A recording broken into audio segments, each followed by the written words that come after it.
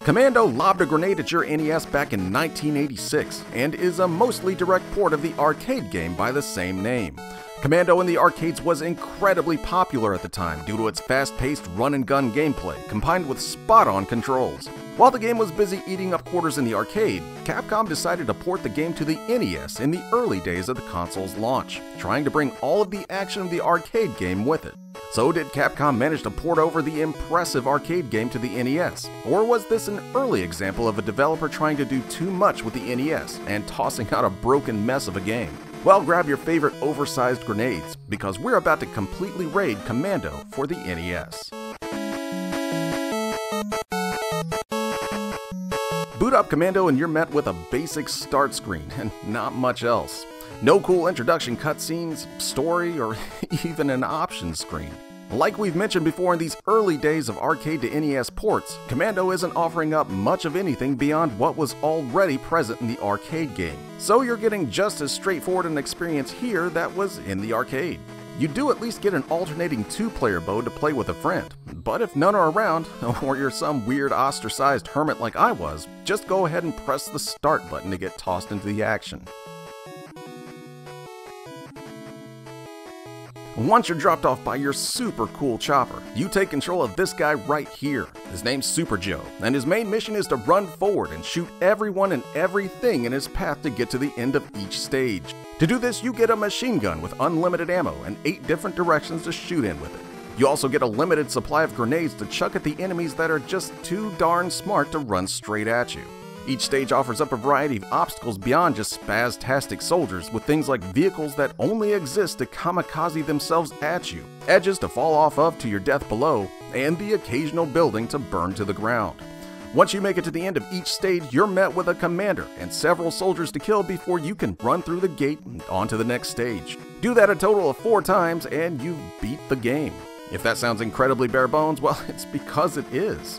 Commando was, after all, the blueprint for every other top-down action game that came after it, so it's forgivable since it was one of the first of its kind. Sadly, just the option of having a grenade to throw at the enemies was a nice extra when this game originally came out.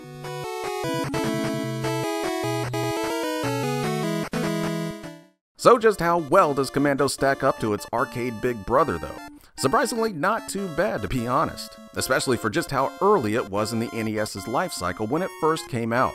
This was actually Capcom's first in-house port of a game for the NES that wasn't licensed out to someone else, so it's even more impressive with just how well it turned out. Controlling your character and shooting is just as fun as it was in the arcade, and there's more than enough stuff on screen to shoot at any given time. The graphics obviously took a hit in detail coming over to the NES, but it's still colorful and easy to make out everything on the screen.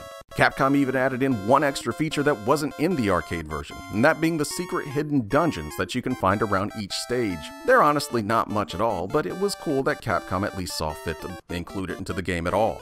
Even with how good a port it was at the time, it still has more than a few issues that actually kind of make it hard to play these days. As mentioned before, this was Capcom's first chance to get a grip with the NES hardware, and it really shows.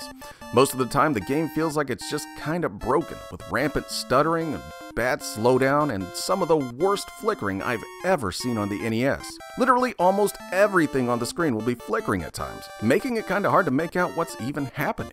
Enemy AI is also non-existent, producing some of the dumbest enemies in video game history here. Their main form of attack seems to be to run onto the screen in a random direction, and occasionally shoot a bullet at you, most of the time not even paying attention to your character.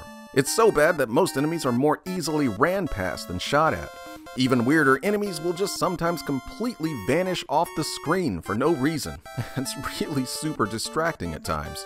Also, the length of the game is laughable, lasting a total of 10 minutes to get through the first playthrough if you know what you're doing at all. You do at least get a second playthrough that's a bit harder and longer, but it's still not enough to make the game push beyond 30 minutes total. While you can ultimately get used to the jankiness of the graphics, it's the game's length that, unfortunately, just can't be excused in the end.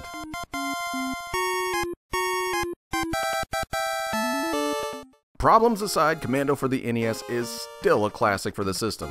It may look like a mess at times, but it's still a great game. I personally remember this being one of the first NES games I ever purchased with my own money, and had a ton of fun with it over the years. I could actually still sit down with it these days and have just as good a time with it, warts and all. Would I recommend it to someone else now if they've never played it? Well, definitely, but with a word of caution on what to expect. So give it a try. Commando for the NES is still one of the best early action games on the system, and was a hell of a jumping off point for every game that made the Commando formula even better on the NES after its release.